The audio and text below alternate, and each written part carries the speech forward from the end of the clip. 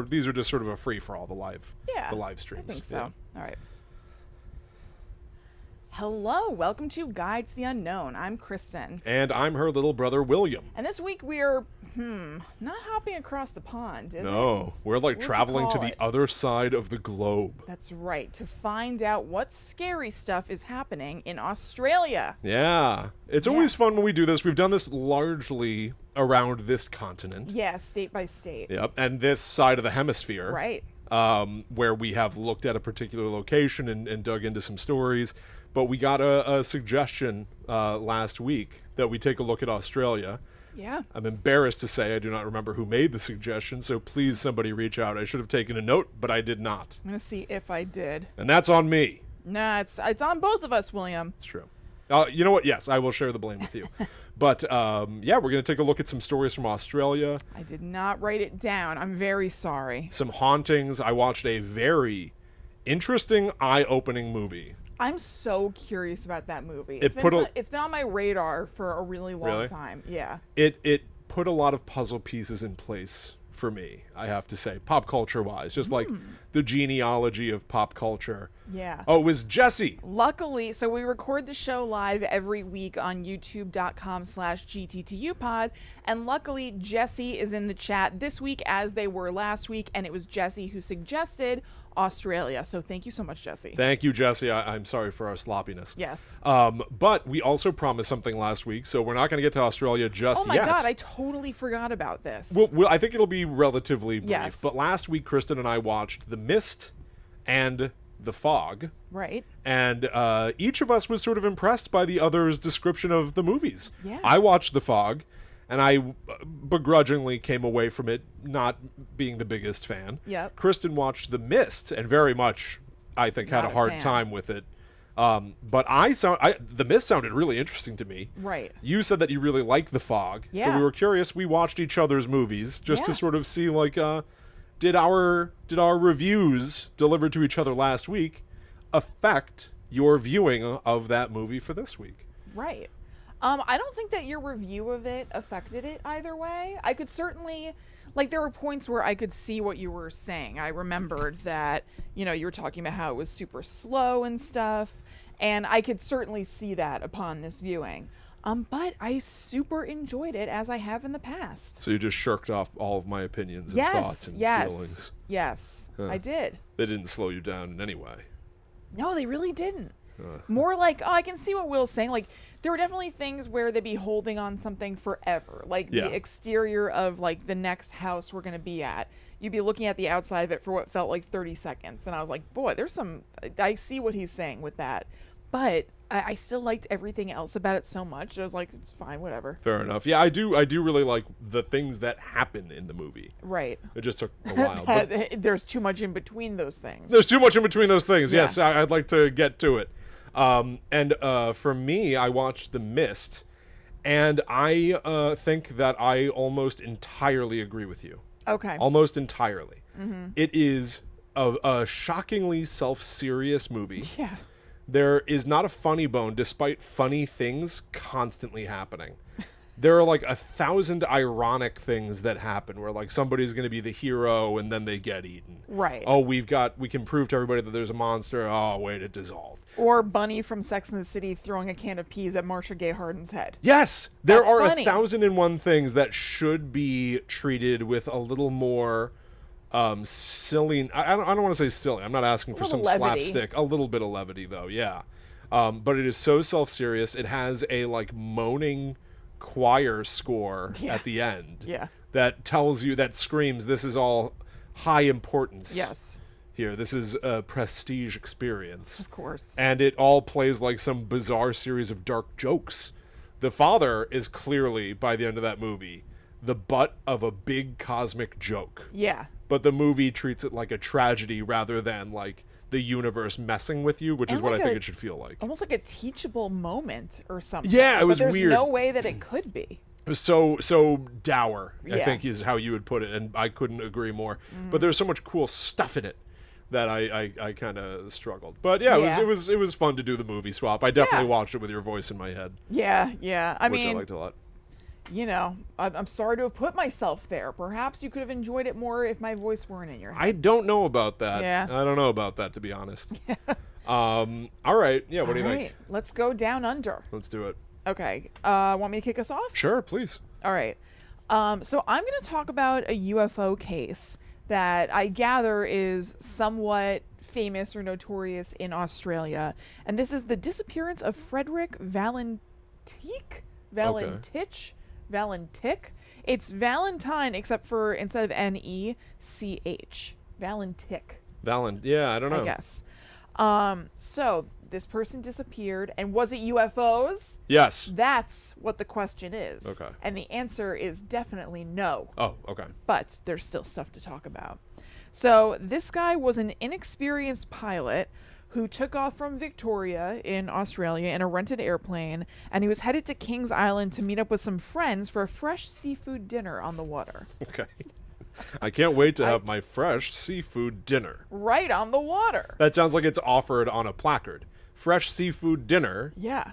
25 American dollars in Australia. Right, on the water. I mean, I don't think that whatever I read called it fresh seafood dinner. I think I called it that. Yeah. But for all I know, that's what they call it there. Just dip Maybe your mouth in the ocean and come up with a bunch of shrimp. Yeah, I must have intuited it somehow. Yeah. And also, this is a lifestyle that's completely foreign to me. The idea of just taking a plane to go out to dinner. Yeah. And yet, I remember when I was a hairdresser, I had a client who did just that. She was a pilot, but not like a commercial pilot. She's gotten her pilot's license, which you can do. Sure. And there's a pilot school in Princeton where I worked. So she did that. And she would just like rent a plane and take it places. People are taking some heat for that now. I keep seeing headlines about Taylor Swift having to answer. Well, that's a private jet. I think that's a little bit different. I think she was flying like a two-seater plane or something. I'm just going to put it out there in the universe. If something happens and I make oodles of money, yeah, I will 100% take a private jet to like the store at the end of the street. William, don't say that. They're not going to let you make money now. Oh no! Because now you're the bad guy. Oh, I didn't think about that. They. Oh, I shouldn't have said that. No. You have to pledge to never take one. You got to play the game. Yeah. If you want to get no, ahead. William, don't even say that. You just are conscientious. Hollywood's a big game, and Will Rogers couldn't play by the rules. Yeah, so I took my private jet to ShopRite. So what? And that's why he was exiled from the community. That was my impression of Milton from Scream 3. Oh, okay. Yes. All right, I thought you were being like a newscaster. No, he says Rena Reynolds couldn't play by the news. You want to get ahead in this business? By the game? Yeah, you got to play the game or go home. Yeah. Well, I guess you're not going to be doing either because you talked about a private jet, and yet you're not going to take one. So you can't play, but you also can't go home. I'll just stay home. Okay. So, yeah, he went out for dinner in his jet, and the conditions were pretty much mostly good, except he'd be flying toward the sunset, which is apparently very tricky to do. Okay. And yet he never made it to his destination. So here is where the UFO stuff starts coming in. At 7:06 p.m., he called into Air Flight Service, and he said that there was an unidentified flying object maneuvering around him. This is a quote from the recording. It seems to be a large aircraft below 5,000, just passed over me at least 1,000 feet above.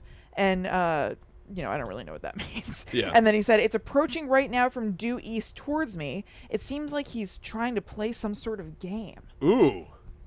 So projecting a lot onto whatever he is seeing. Of course. And assuming. And then his transmissions became weirder from there. First, he said that the other aircraft that had been flying around him was completely still and stationary. And then he said that it was now orbiting above him. And he also said it's got a green light and is sort of metallic. Like it's all shiny on the outside. It just vanished. Whoa. So, it's going up around him. It's being still. It's shiny. It disappears. Then he reports that his engine is sounding rough and the transmission was lost after a loud metallic noise happened.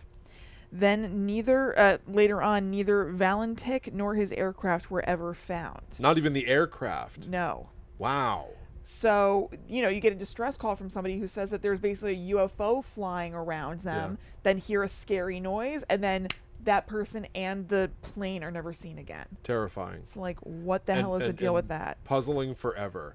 It makes me think of... It's not so puzzling forever, even though they don't find the actual airplane, but... Really? Okay. Yeah. Because at first the thing that I was picturing, the idea of somebody just being like, it's all around me.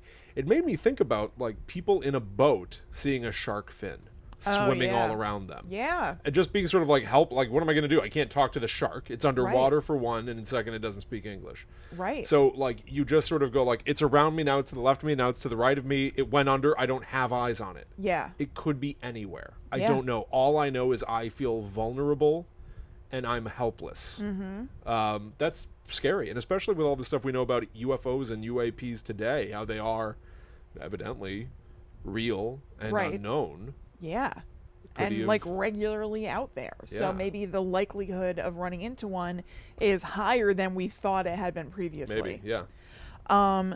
So there were other witnesses who seemed to support his account. There was one person who said that they saw a green light in the sky that night, and that matches up with his story. And then there was also a farmer who was in an area that was kind of along the edge of Valentic's flight path, who said that they saw a flying object hovering over their property. They guessed that the object was about 30 meters across, and it appeared to have a small airplane attached to its side. Whoa. According to the farmer, the attached aircraft was leaking oil, and he was so disturbed by what he saw that he etched the aircraft's tail number into one of his tractors so that he wouldn't forget it. So I guess just using whatever's handy. He could see it that clearly? That's what he says. And the number apparently matched Valentic's plane. Wow. What he saw. And as far as you know, at least, this person who like wrote down the number and everything is unrelated to Valentic or anybody. He's just sort of a passerby on the ground. Yes, but... Okay, yeah. Here's the thing. So there are a bunch of you hear this story and then hear a bunch of things that are going to make you go, I know. But I've got such a fun mental image right now. And usually UFO stuff doesn't make me get all amped up. Pie-eyed. But you talking about like... You gave me the perspective of the radio controller, hearing him being like, it's on the left, it's on the right, thunk, and it goes dead. Like, I can see that as a movie. That's Pontypool. That's, I can hear that. That sounds fun. And then you gave me the mental image of a UFO with an airplane stuck to the side. And I've never heard that before. I've never heard of that before, Kristen. Yeah. And immediately I'm thinking of, odd technology and magnets and grabbing claws and like gravitational technology fields that we can't even conceive of. It's a playground Yeah. of stuff that For the mind. had me excited. So you're going to deflate it all now? Yes, I am. Okay. It reminds me of we on our Patreon a few weeks ago watched an episode of Unsolved Mysteries where there was a case of spontaneous human combustion. The greatest of It's incredible. all time. The GOAT of things we've ever seen. It is the GOAT. And yeah, like the explanation is fairly simple, and the people who believe that it could be spontaneous human combustion are like fairly easily dispatched. Yes. This reminded me of that a little bit. So here's the thing. This guy, Valentic, was a mega UFO conspiracy theorist. Okay. And by all accounts, not a great pilot.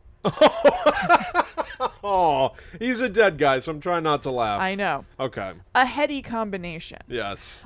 He was rejected by the Australian Air Force twice. When this happened, he had recently failed his second attempt at passing the commercial flight exam. And in the 150 flight hours that he had under his belt, he had been involved in 3 in-flight accidents, one where he entered restricted airspace, and twice when he deliberately flew into clouds. What? He was under threat of prosecution for one of the cases of flying into a cloud on purpose. This is exactly the spontaneous human combustion thing. Right. It's like, oh, okay. I mean, mystery solved, I think. 100%. Can we do spontaneous human combustion next week? Yeah, we can. I just don't know if there's... We'll find out. Maybe next week's episode is 15 minutes long. I want to cover it. Yeah, okay. All right. So, also, in addition to that, flying over water into the setting sun is apparently disorienting for even, like, very good pilots. Never mind somebody who has Valentic's track record. Right. So it seems that instead of focusing on the flight tasks that one has to really focus on, that he may have been distracted by his idea of a UFO being out there. And, you know, he also talked about, to the transmission guy, seeing 4 lights, and it's posited that they definitely could have belonged to another aircraft, but it's more likely that they were the lights of Mercury, Venus, Mars, and a bright star called Antares. Whoa, okay. So just, you know, naturally occurring bright lights, basically. And according to his transmission, Valentic began circling his aircraft at some point, going like around and around. Maybe, you know, because of what was going on with the UFO, he was like maybe trying to dodge them, and it's like they're chasing each other. Oh, he was piloting his craft in a circle. Yes. Okay. Yes. Like me chasing you through the kitchen and into the dining room, into the hallway, around and around until you stick a fork in your head. That is something that happened when we were young. It's sort of surprising that it's taken this long for that to come up. I don't know that it hasn't before. Is this the first time that we've told this story on this show? It might be. Will and I was chasing Will around. We're joking, having fun. It was right after dinner. Will had a fork in his hand because he had just finished dinner when I decided to pursue him. This is crazy. As a father now, this is crazy. Okay, continue. And Will was just so excited by the fun we were having at one point. I guess he was just running with his hands up. And at one point, he stuck the fork in his head and kept running. And Mom saw him running by and something like flashing on his head and was like, "Stop!" And, you know, figured it out. Just crazy. Yeah. Just crazy. No. For so long, my perspective on this story is, well, I'm a dope. Right. What do you want me? I guess I just stuck the fork directly in the top of my head like a plunger. I must have been 3 or 4 or something like that. I must have been like a little kid. Yeah. Running around with a fork. Yeah, I think so. This is true. I think it was today. I think it might have been this morning. Zoe has like a bunch of like little toy food. She has fake food, like a little fake corn. And one of the things that she has is a fake knife. Yeah. It's like a fake butcher knife, but it's a relatively soft plastic. Sure. I was teaching her how to cut watermelon. Yeah. And then she picked up the plastic knife later and was running around with it, stabbing the floor. She looked like Michael Myers. Yeah. And I had a moment where I was like, we're not going to run with the plastic knife. And I was like, it's soft. I know I shouldn't, but no. Okay, not even this. I don't care, because all it takes is she runs into a thing and the handle, even though, which is a little bit harder, thunks her in the head. I don't need it. No one needs it. We're not running with even the plastic knife. And yet... Maybe not running with anything hard in our hands. Agreed. 30 years ago, I'm sprinting around the house with a fork in my hands until it's all of a sudden sticking out of my dome. That's right. An inch from my fontanelle. Yes. Ew, I hate the fontanelle. I was obsessed with the fontanelle. I think it's so gross, and I don't like the name either. I know. Nothing about it I agree. is for me. I definitely agree. I assume in the fork story, I was actually probably around, let's say, 7 months old. Yeah, right, of course. Sprinting. Yeah. Speeding faster and me in hot pursuit. Yes. You were probably just running from me. Yeah, right. He's coming. How is he doing this? Will also... I thought about this recently, that you stuck your head through 2 banisters and got stuck there. Yeah. I did that too. Stuck. And he also climbed up, like, I don't know what you'd call it. Like, not an armoire, but for lack of a better term, an armoire. And then it all fell back on him. He climbed up it and then it was like, backwards like Marv. I think it's one of the bookcases you have in your dining room. No. It wasn't one of those? No. I thought it was. But yeah, I felt like Marv. Yeah. They just landed that you said it was like Marv. Yeah. Yes, that's true. Those bookcases were never in your room. They were always in like a living room or childhood something. head injuries. Yeah. Don't My Favorite Murder, don't they talk about this as being a precursor to serial killers? I believe it is one of them, yeah. Well, I'm just saying, keep an eye on me. And you played football briefly? Oh, very briefly, though. I know. Very briefly. And let's just say I didn't get into too many tussles. Just play long enough to get that picture. Oh, God. I didn't even want the picture. I know. I'm the only kid in the football team picture smiling. Because I was a theater kid. I didn't know what I was doing. Yeah. You take a picture, you say cheese, and you smile. But it didn't occur to me until later when the photo was published. Be a tough guy. You're supposed to be a tough guy. Yeah. I was supposed to be a tough guy. I wasn't. You were supposed to be a tough boy. I was, but I was sitting there smiling like a goon. It was probably the fork probably severed the tough boy sector of my brain. I bet you're right. It's just cut off. Yeah. Let's get back to this tough boy. Fine. So he's going around and around. Yes. Circling this UFO. And so it's thought that maybe he even just like circled all the way down, like he fell victim to horizon illusion, they call it. And so he could have gone into what they call a graveyard spiral because of it. That gave me a chill. That sounds horrible. It sounds absolutely horrible. So also they think that the green light that he observed was probably his own light being reflected off of the water. And his it was like a dog chasing his own tail. Kind of. And because of the model of his plane, it seems like the way that he was flying and doing this crazy stuff could really run out his fuel pretty quickly. And so that's why at the end of that transmission, it sounded like rough and weird because he was pretty much running out of fuel. Also, both witnesses only came forward after this story came out. The first one, who was the eyewitness who just said they saw lights too, reported this after it was on the news, which is legit. I mean, I could see a scenario where you see something weird in the sky and don't think that much of it, and then you hear about this story on the news and be like, oh, maybe I should tell somebody. And the farmer who came forward did so 36 years later. Whoa. So, again, could be, but that's a very, very long time. Yeah. So, also, while his aircraft was never recovered and his body was never recovered, in 1983, so a few years later, I don't know what this is, but an engine cowl flap washed ashore, and it was concluded that the part came from the kind of plane that he had because a certain set of serial numbers were on it, including the one that Valentic had been flying that night. Okay. So it seems like his plane went down. The graveyard spiral. Right. Yeah. Right. I can tell you from experience in Grand Theft Auto, if I'm flying a jet and I try to do a loop-de-loop, sometimes I get a little disoriented. Look, these things happen. So you know what he went through. I know what he went through. Right. We're lucky that we know about... Could you try again? Every time. One of our watches always tries to pipe up. Quiet, you. It's a good thing we know about that story because it turns out that Australia has lost its X-Files. What do you mean? Or at least they had in 2011. Perhaps they've now built back up a stock. But in 2011, a newspaper filed a Freedom of Information Act request to get the government to release their supernatural files because they're in the public interest, and they were told that the files were missing. Quote, the files could not be located, and Headquarters Air Command formally advised that this file is deemed lost. Wow. And that was the end of it. I don't know if I believe it. I don't know if I believe it either. I know they said that it like made conspiracy theorists go wild. Because how could it not? Yeah, it's like perfect for a conspiracy theorist, sure. Absolutely. So that's the UFO stuff that I chose to cover, and then I have 3 quickie urban legends that I thought were pretty neat. Yes. They're shorties, but interestingies. Please. So I had seen this before. You maybe have seen it too, and maybe some of our listeners and viewers. Have you seen a picture of a koala make the round that looks like completely horrifying? It's like a koala like screaming at the camera, and it's all wet. Maybe. I'm not sure. Pictures of koalas make me laugh. I love koalas. They look so studious and serious. They look like little old men.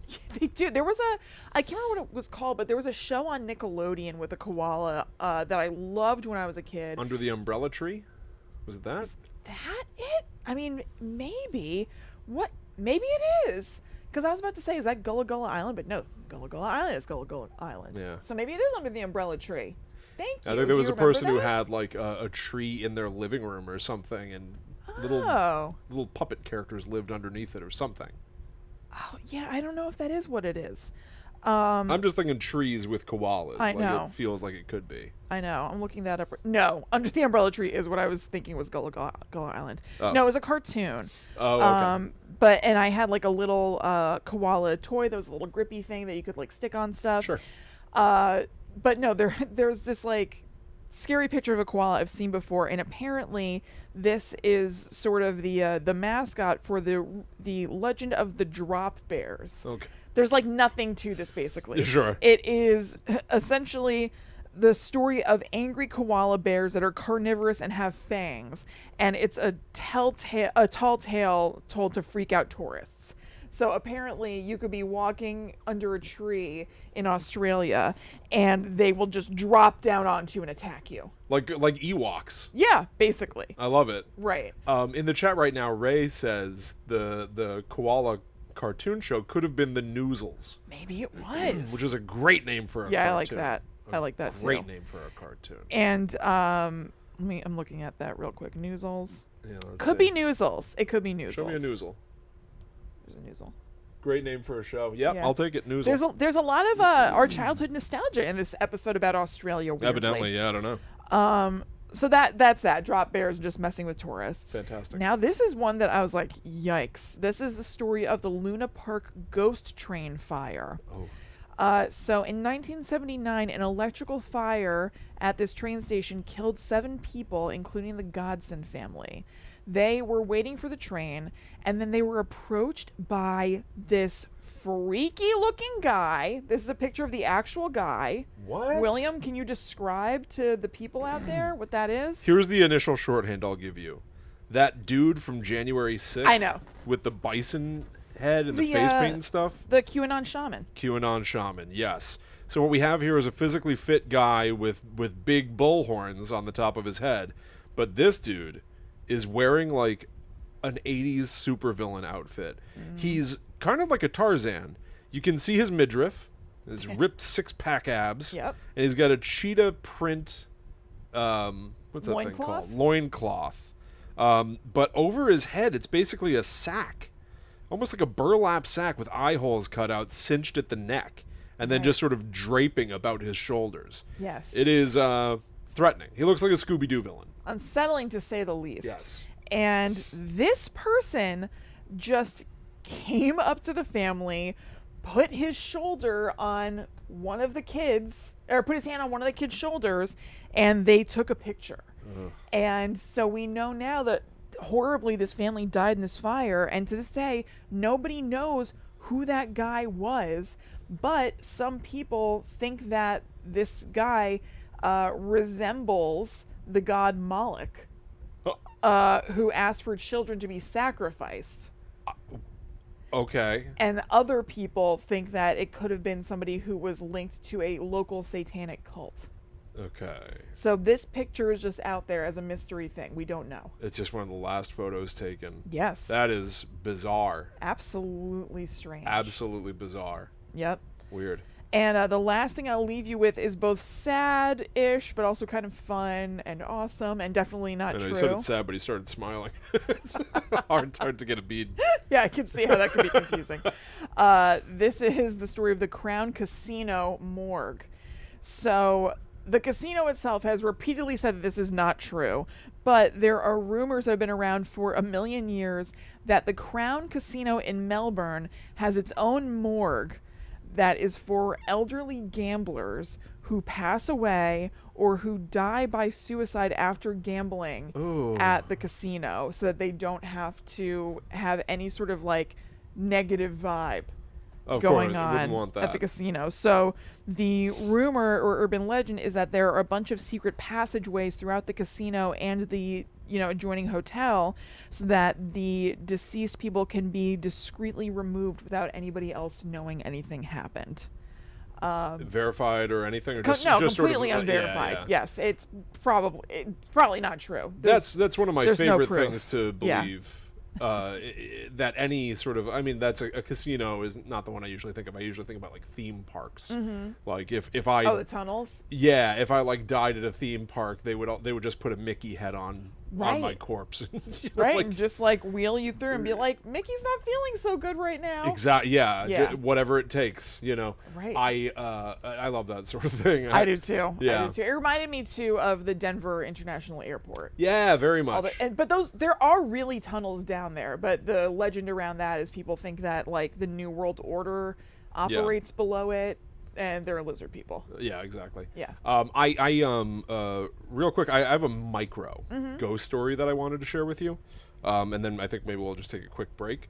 But this is just super fast, and I think it fits neatly with the urban legends. Yeah. So I got this from roadtripcountry.com.au. Nice. And this is the story of the Coolgardie ghost cat. I wanted to find, at a certain point, I kept looking up stuff and then going to page 13 of Google. Uh-huh. Anytime you search for something on Google, it's front page or nothing. Yeah, you know? totally. But I was like, what's on page 13? And there are thousands. Oh, you were specifically jumping to page 13? Correct. Oh, okay. I also, I noticed at a certain point, because we all see this all the time, but we just put on blinders to it because it doesn't matter.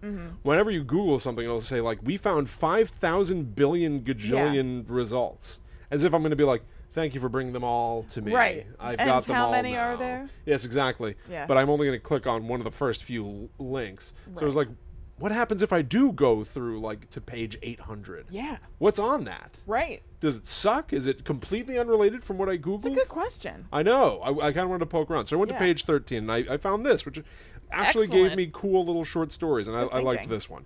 So, because I figured there were probably a bunch of blogs telling the same stories, the big guns. Definitely. And listen, I love a big gun. Of course. But sometimes I want some sort of like little local flavor kind of thing. Yeah. And I don't even know that this is that, but it's just a small little story. So, the Coolgardie ghost cat. One of the most popular attractions in Coolgardie is Warden Finnerty's historic house. You can explore this historic residence and learn more about Coolgardie, aka the mother of the goldfields. Don't know, Okay. doesn't matter. The story goes that during the renovation of Warden Finnerty's historic house, Jack Tree, the curator, great name, Lucky him. felt that he was being bitten on the ankles, but could see nothing to account for the sensation. He said that it felt like being bitten by a cat or a small dog. During the work, the body of a very flat cat was found under the building. What? What the hell does that mean? So I take it that, like the Wizard of Oz, like Dorothy landing and dropping her house on the Wicked Witch of the East, Right. and her feet rolling up. So scary. This historic house must have landed on a cat and flattened God. it. And then when they were renovating it or whatever, they lifted the house to dust under it, presumably. You know, like somebody standing outside just lifts a corner to Right. vacuum, and there's a flat cat My God. under there. Yeah. So it may have been there since the 1890s. Once the cat had been removed, there were no more reports of bitten ankles. That's awesome. That's the Coolgardie I love ghost that. cat. It's a little I love it. story. It affected I one love guy. It, I love it. I love it. Jack Tree felt like something was biting his ankles. Yeah. So he got the cat out of there. It probably made the floor more even too. I'm sure it did. Get the cat out of the center. There's just a lump. Yes. It was the flat cat. Yeah. Anyway, that was just a little micro. That rules.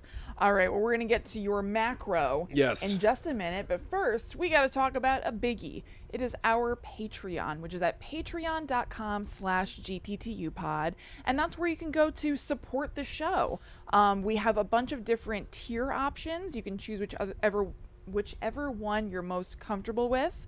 And we have tons of bonuses over there. You can get up to a bonus episode every single week. We have a whole separate podcast called the Netherworld Dispatch that comes out every single Monday. But whatever level you choose over there, we appreciate it so much. There are even things over there that aren't within the usual bonus episode scope. We just throw them up every once in a while. And there's a Discord, which is basically a really cool online chat room that has different categories with other listeners of the show who've also decided to become patrons. And they're super duper nice, super funny, super cool. I've gotten a million suggestions for things there, and it's the best. So go to patreon.com/GTTUpod to help support the show. And thank you so much to everybody who's already done it. And thank you if you just go take a gander. Yeah, for sure. Thank you all so much. The Patreon is really there to support us and keep the show in motion. Yeah. And so that's why the Netherworld Dispatch is just like a ton of fun to do. No matter how you sign up, you're going to have a bunch of shows waiting for you, plus new stuff in the future. Yeah, at any tier, there's a ton of stuff. This past Monday, we uploaded our thoughts about the new Jordan Peele movie, Nope. And honestly, I had a lot of flashbacks to it when, Kristen, you were just telling your story about the Valentic potential UFO. Right. Made me think of Nope a whole bunch, and it was fun to talk about. So Yeah. go check that out if you've seen the movie. This coming Monday, Chris and I are taking a look at Chris Woo! Angel Mind Freak. This is a hot one. We just recorded it literally before we started this show. Yeah. We watched a bunch of Mind Freak clips, and I feel jazzed. Yeah. Energized. It felt great. Boy, there is no reality. No, let's leave it there. We'll put it that way. Yeah. I would also like to ask people out there to please consider sharing this show. We're halfway through, and if you're enjoying it, there might be people you know who would enjoy it as well. So please consider sharing this show with people. Post an episode that you like on Twitter, Facebook, Instagram. Tag us if you'd like. Write a blog post. Or you can even leave us a 5-star review on Apple Podcasts or any site where you can rate, like Nicole did, saying, "One of my favorite podcasts. Love these two so much. Even if I'm not overly interested in the specific topic of a certain podcast, I still love listening just for the banter. The paranormal and movie episodes are my favorite." Thank you so much, Nicole, and anybody else who leaves us a review. We greatly appreciate it. Yeah, thank you. That's so awesome. May I say one thing on a personal Of course, project please. note? Please. I mentioned it last week briefly. I have a new website, themythtraveler.com. And just yesterday, as of us recording this, I released a new story over there. Just a total spur of the moment, had an idea last week. I'm able to work quickly enough and without any red tape to be able to just do it and put it online. Yeah. And it was fun. I had an idea watching Stranger Things Season 4 where I was like, it'd be funny if you did Stranger Things with old people. And I was like, it's kind of, I'm sure a million people have had that thought. But I was like, and then I just started thinking about it more. And it stopped being a joke and started being a story that I just really liked. Yeah. So I wrote it down and I posted the first 2 parts. So what I'm calling episode 0 is out right this second on themythtraveler.com for everybody to check out. I recorded a version, like an audio book that you can listen to of me doing it. And then episode 1, which is sort of the real official start as I think of it, is a good bit longer. But right now it's just for paid subscribers. It'll eventually end up in the free bracket. But go check that out if you want to read some of my writing. It does feel to me like if you enjoyed Blackwood specifically, you might enjoy this story. And thank you to anybody who checks it out. It's so good. Everybody needs somebody like Kristen in their life. It's so good though, Will, for real. It's really so well written. So it really knocked my socks off. I'm not kidding. I really feel incredibly fortunate and lucky to have somebody that I'm close to like you who is this supportive and kind.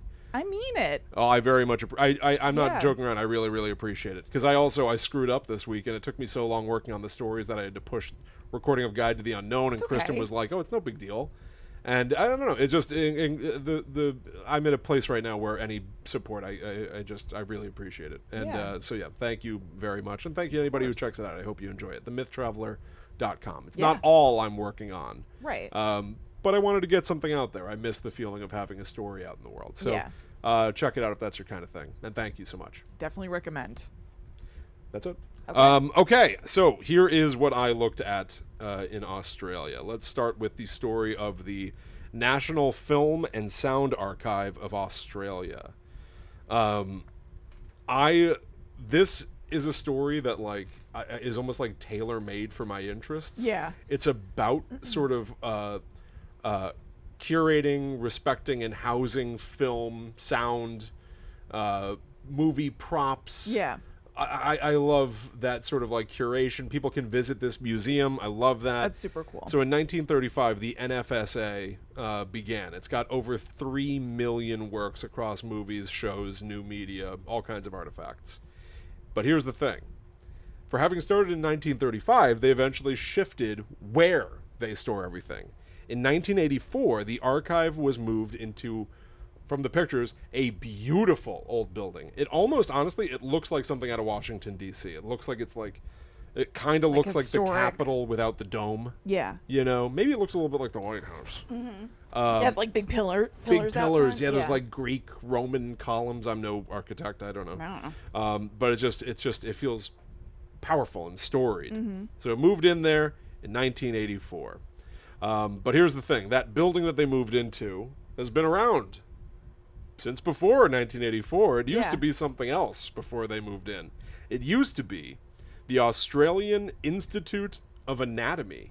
Oh. Instead of housing Uh-oh. the history of like film, at least the way that I imagine it, it was instead a museum of like bones and body parts. That's what it sounds like, You know, yeah. The Institute of Anatomy.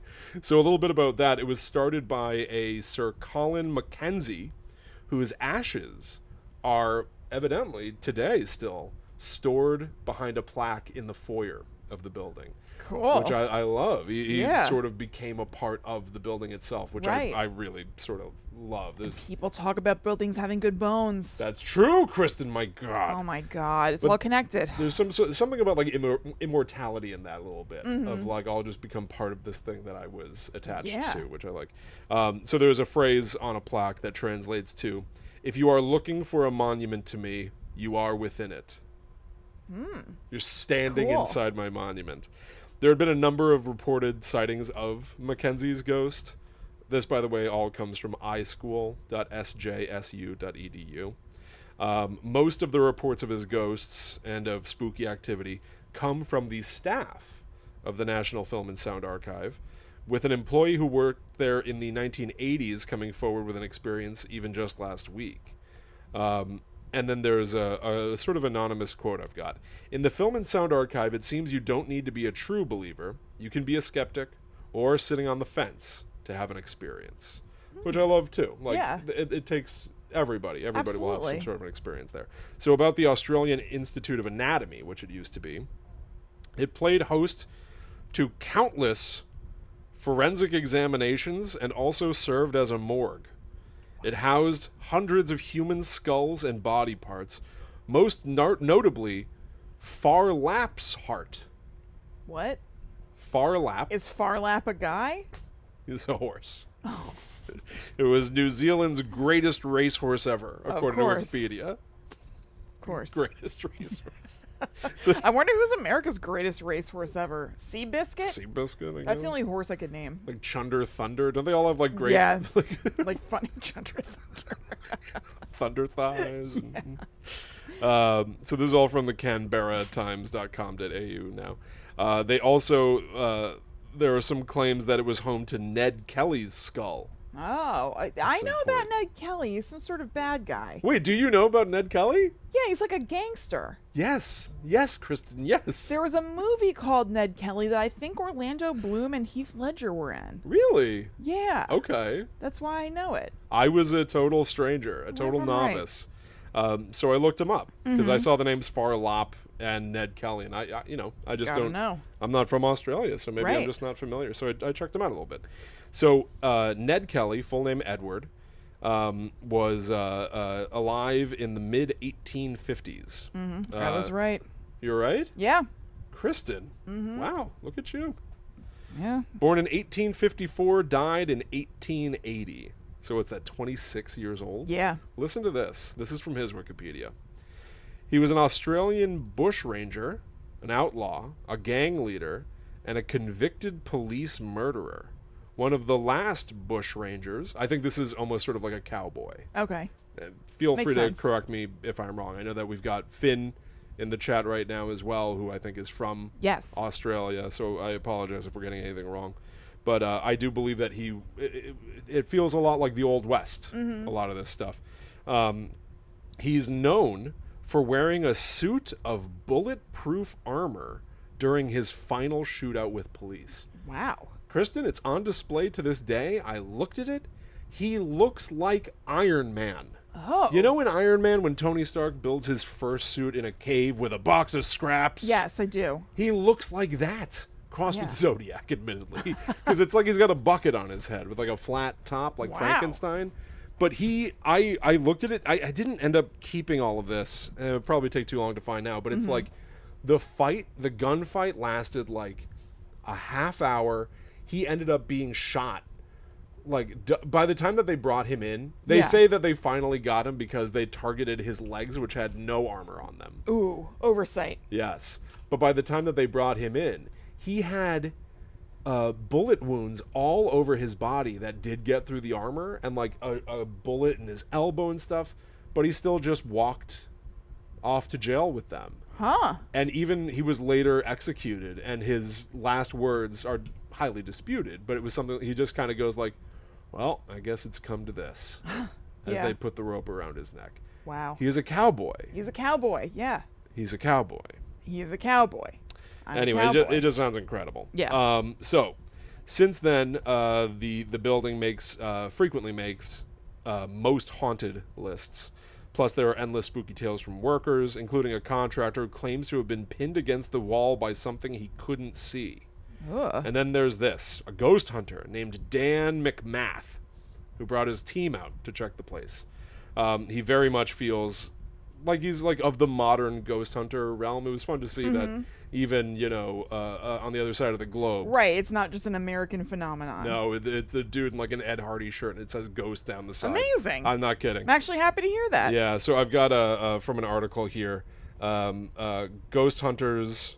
Yeah, so his company is called Ghost Hunters of South Coast and Territories, acronym GHOST. Then there's the West Sydney Paranormal Research, acronym WHISPER, WSPR. Wow. The article even literally... They did a really good job. WHISPER is a great name for a ghost hunting group. But in this article that I read, they even point out, quote, acronyms are big in this game. Do they mention ghost pimps? Or ghost plumps? Right. I wish. I know. No, Someday. Sadly. Someday it's going to be the first thing that comes to mind when people think about ghost show acronyms. One day.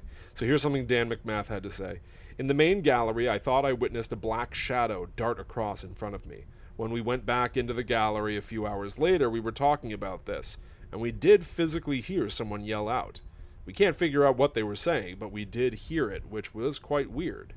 One of the guys from Whisper had an infrared GoPro on his head.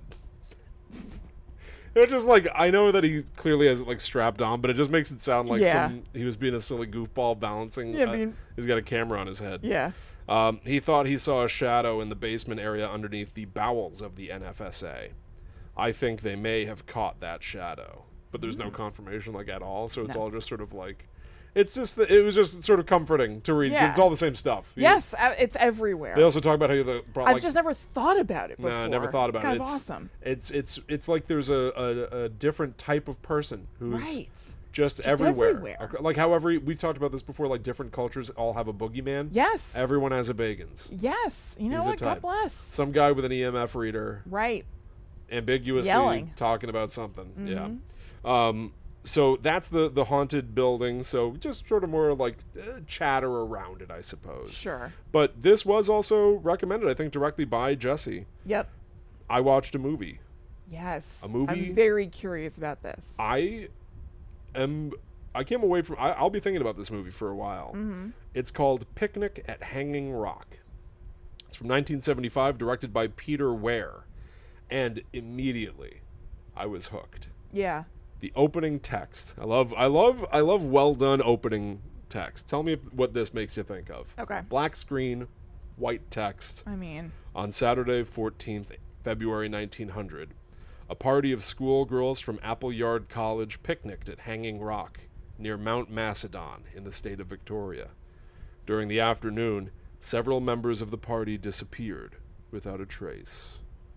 Yeah, I wonder what it makes me think of. Blair Witch. The obvious I love it. DNA was staggering. Yeah. So this is it all comes from a book. This movie is based on a book, which itself was published as if it were real, as if this all really happened. It's all fiction. Yeah. But evidently for a time, and maybe people do this tongue in cheek, because this is certainly just like a horror trope.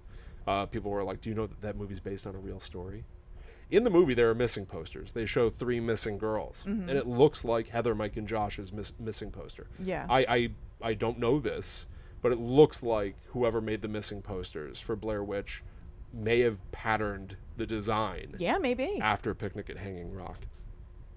So, Mrs. Appleyard runs a school for girls at college. Mrs. Appleyard herself is intense. She is like a very sort of like classic, and this is 1900. So again, this is now the end of the Wild West era, right? Like this is just before what we might start thinking of as like the roaring 20s and building skyscrapers and motorized cars and stuff. We're still dealing with horse-drawn buggies here. And she, Mrs. Appleyard running the school, is very much sort of like the uptight headmistress trope.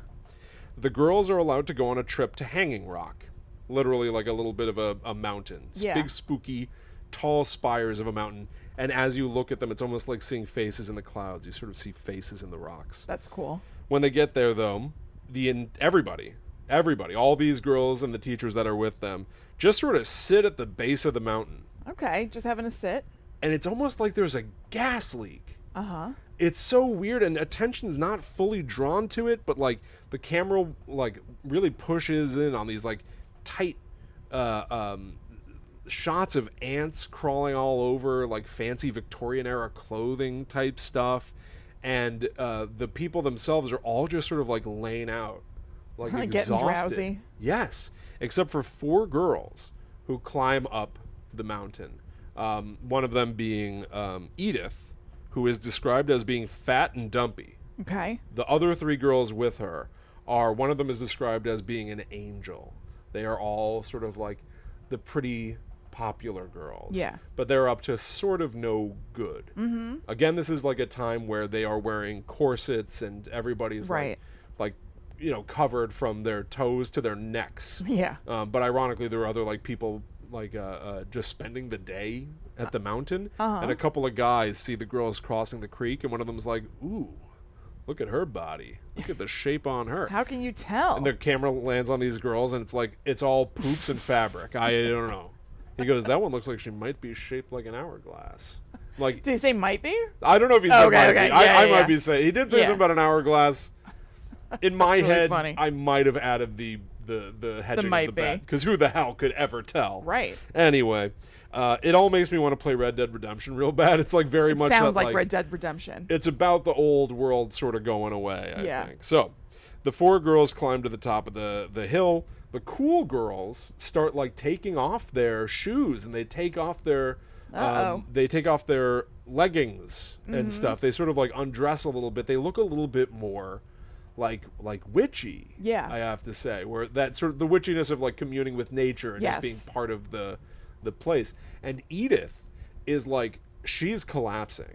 She is like hardcore like whining and being like, I can't do this anymore. Edith is my gal. Meanwhile, she's wearing, gloves. It's clearly like 1,000 degrees outside. Yeah, no wonder. Maybe your culture shouldn't make you wear gloves in the singeing, burning heat. Right.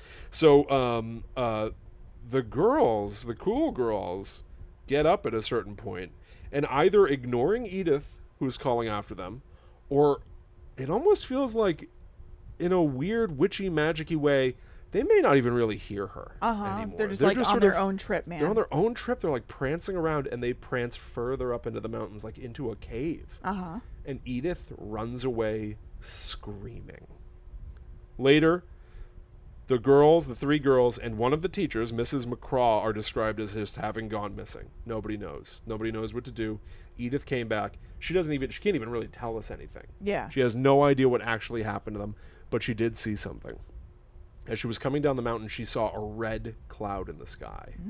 And she saw the teacher who went missing, Mrs. McCraw, going up the mountain only in her underwear. Oh. Real weird. Highly irregular. Real weird stuff. So, now we get into like some good old-fashioned search stuff. The police are there. They're searching through the woods. They're searching up the mountain. They've got bloodhounds. It very much is the stuff that like Blair Witch suggests off the screen. If you've ever read, and I know you have, the Blair Witch Dossier, which I think is an amazing book that I've never seen anything that fleshes out a movie quite as well as this book. They talk about the search parties going through those woods at the same time. Heather, Mike, and Josh are already out there. They should be finding them, but they're not, because something else is afoot. Yes. We see the search parties here looking for the girls, cannot find them. It all makes me think of Blackwood, Nope, Blair Witch, and Twin Peaks. Yeah, it sounds Twin Peaksy. Very, very Twin Peaksy. Yeah. I would be shocked if there is not some documentary of David Lynch talking about this movie, or if he did not see it and go and like take real inspiration from it. There are double exposures where somebody is dreaming and you see their face, but at the same time you see the girls going up the mountain. Yeah. It's all just overlaid on each other. It is so familiar. It's about dreams and feelings of things. They read that quote from Edgar Allan Poe, all that we see or seem is but a dream within a dream. It's all... That keeps coming up for me. I know, that was in something else recently. I couldn't think of it.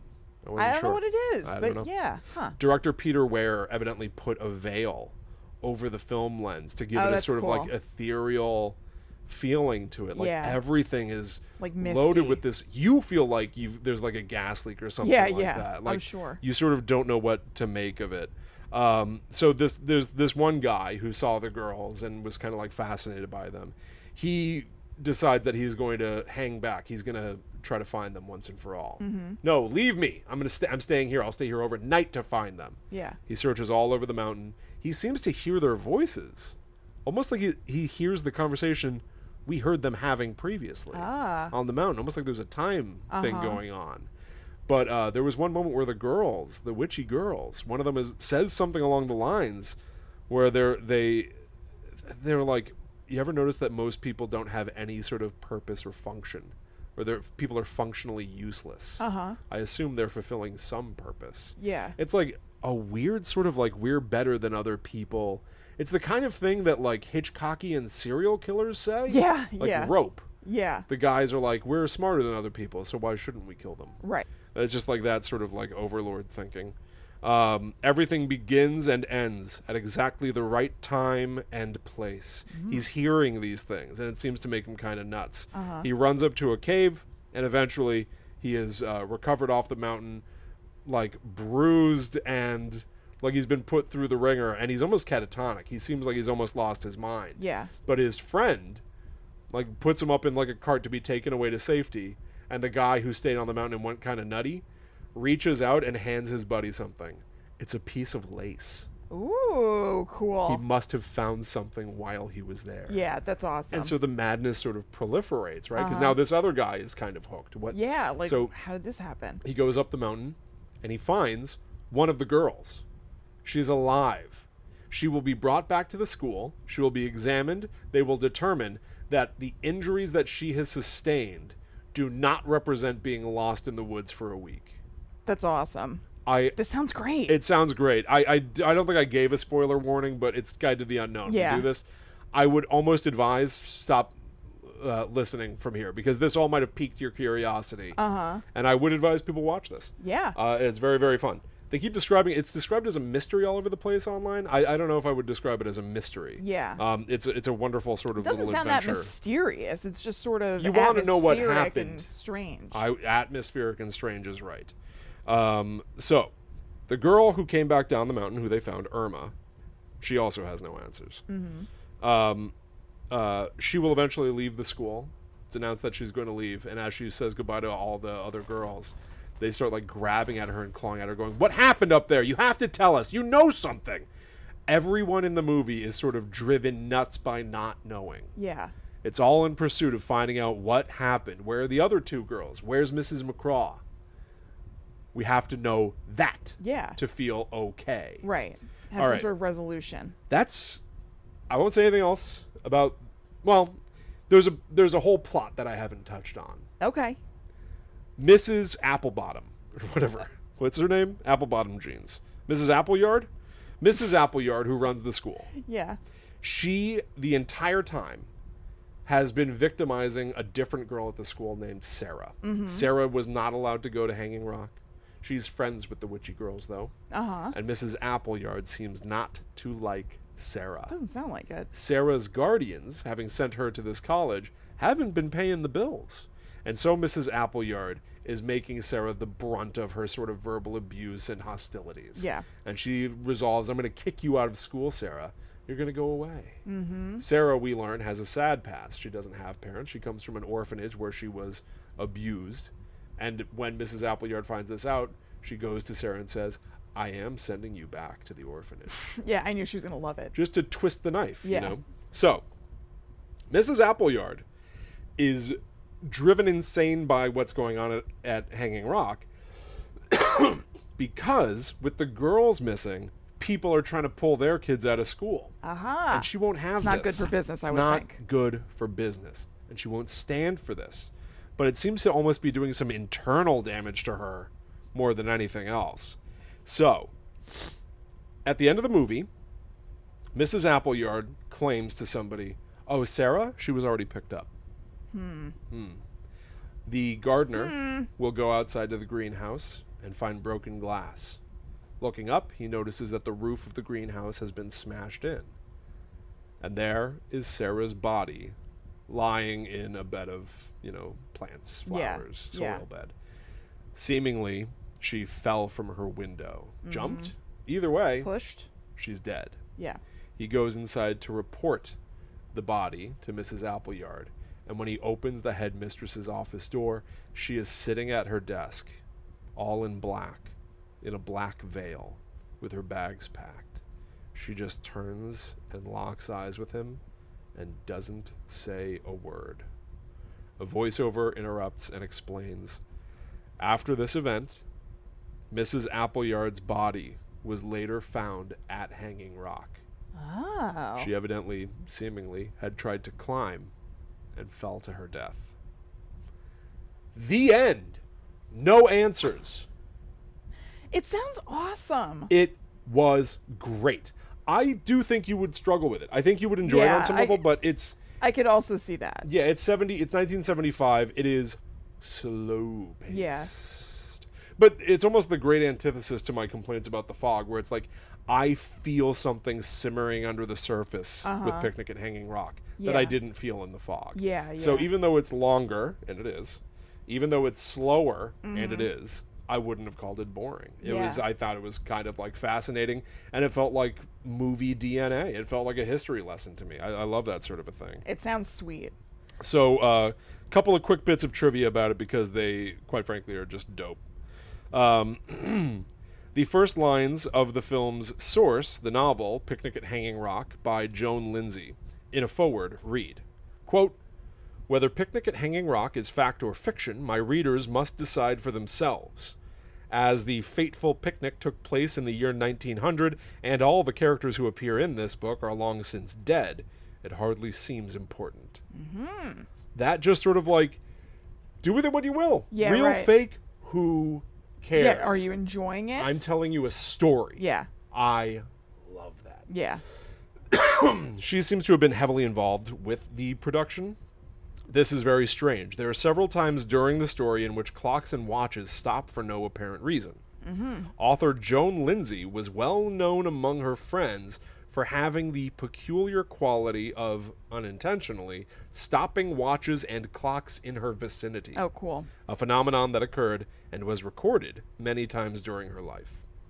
That's awesome. And according to director Peter Weir, one of the official distributors was so angry that the film lacked any explanation to the central mystery that at the end he threw his cup of coffee at the screen. That's awesome. I love that. Yeah. And the final thing I've got for you, Raj, I've got 2 reviews. I've got a bad review and a good review. Which do you want first? I think bad first. Bad first. Yeah. Here we go. This is Just Mike saying, titled, "Yet More Strange Doings from Australia." This guy's tracking everything Australia's up to. He knows. He knows. A little too atmospheric for my taste. But I guess since it's still an unsolved mystery, there wasn't anything else for the director to go. Look, Mike's absolutely right. This is a true story. 1900, Conan Doyle should have gotten involved. Oh my God. Just wishes he'd been I'm in the taking movie. things very literally. I know. And then here's the good review by B Movie Sheriff. A slightly drug-enhanced dream with something evil lurking just out of sight. Still the best version of this chilling mystery. Kind of feels like a slightly drug-enhanced dream while something evil lurks just out of sight. It's funny. Yeah. I don't think I realized that basically his He title just took it. Yeah. steals the thunder. Def a must-see for fans of unsolved true mysteries and just a delightful old-style mystery altogether. So still people think it's real. Yeah, right. Which right. are just an unsolved mystery. Right. That's so cool. That's Picnic and Hanging Rock. Highly recommend. I love it. I'll definitely watch that. Yeah. I remember they showed it at, when I still lived in the same town as you, there's an outdoor movie theater during the summer, and they showed it once, and I was going to go, and then I did not. They did? Yes. I'm kind of surprised. Okay. Yeah. Mm-hmm. Yeah, it was a few years ago, and maybe that's even when I found out about it as a thing. I know I researched it, like, in conjunction with writing things about the Blair Witch Project, but yeah, I remember looking it up and being like, that sounds awesome, but that was probably just lazy that night, didn't go. Yeah, I think I'd heard about it in passing. I think I'd heard, like, people cite it as a, something that they took inspiration from to create something else. But I'd never really paid attention to it as a movie itself. Yeah. I'm really glad I watched it. Yeah, it sounds awesome. Well, we hope you enjoyed this trek down under. We hope that our Australian listeners felt that we did their beautiful homeland justice. I hope so. And thank you so much for everybody who's listening. As we said before, if you'd like to support the show, which we greatly, greatly, greatly appreciate, because we want to do more. We've got 8 million billion ideas. I know. And you supporting the show really helps us look toward making them happen. Like we watch it, we calculate.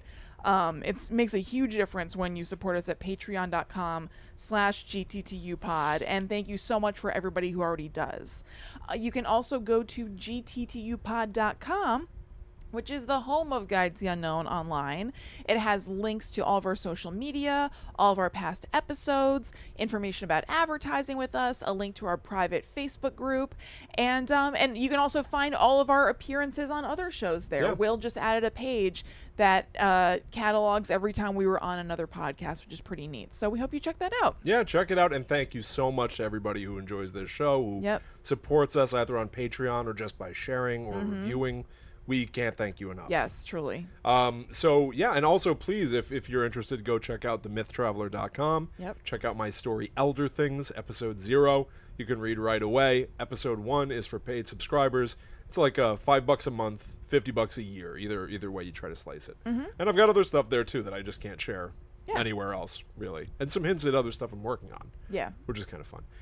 So thank you all so much. Next week we'll be back. I definitely want to take a look at spontaneous human combustion. I don't know if it can sustain a full show. We'll see what happens. We'll just see what happens. I don't know.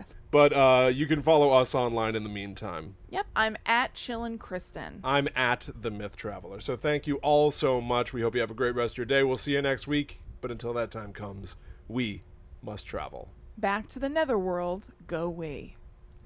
And Finn Doyle in the chat right now. My family would drive past Hanging Rock every time we went down the coast, and I totally thought it was a true story. That's awesome. I love that. Yeah. I love that. I wonder, could you see it? Could you, like, be in the car and, like, glance out and be like, that's the place? Right. And even, by the way, even that it's a fake story, but it revolves around a real landmark. Place. Totally. I love that. Oh, my God, I would love that. Yeah. That's so fun. So cool.